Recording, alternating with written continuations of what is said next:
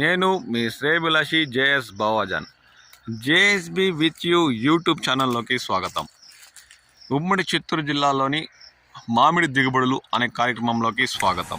గత ఏడాదిలాగే ఈ ఏడాది కూడా ఉమ్మడి చిత్తూరు జిల్లాలో పండిన తోతాపూరి రకం మామిడికి గిట్టుబాటు ధర లేక రైతులు కష్టాలు పడుతున్న సమయంలో రాష్ట్ర ప్రభుత్వం ముందుకొచ్చి టన్నుకు 4,000 సబ్సిడీ ప్రకటించిన విషయం తెలిసిందే.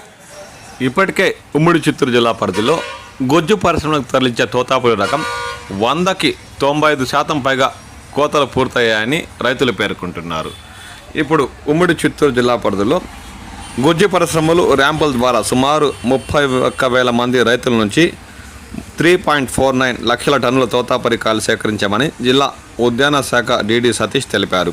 పరిశ్రమలు ర్యాంపుల నుంచి రైతుల వివరాలు సేకరించామన్నారు. అంతర్జాలంలో నమోదు వేగవంతం చేశామన్నారు. అర్హులైన తోతాపూరి రైతులకు రాష్ట్ర ప్రభుత్వం అందించే టన్నుకు 4,000 ప్రోత్సాహకం వారి ఖాతాలను జమ చేస్తామని ఈ సందర్భంగా ఆయన పేర్కొన్నారు.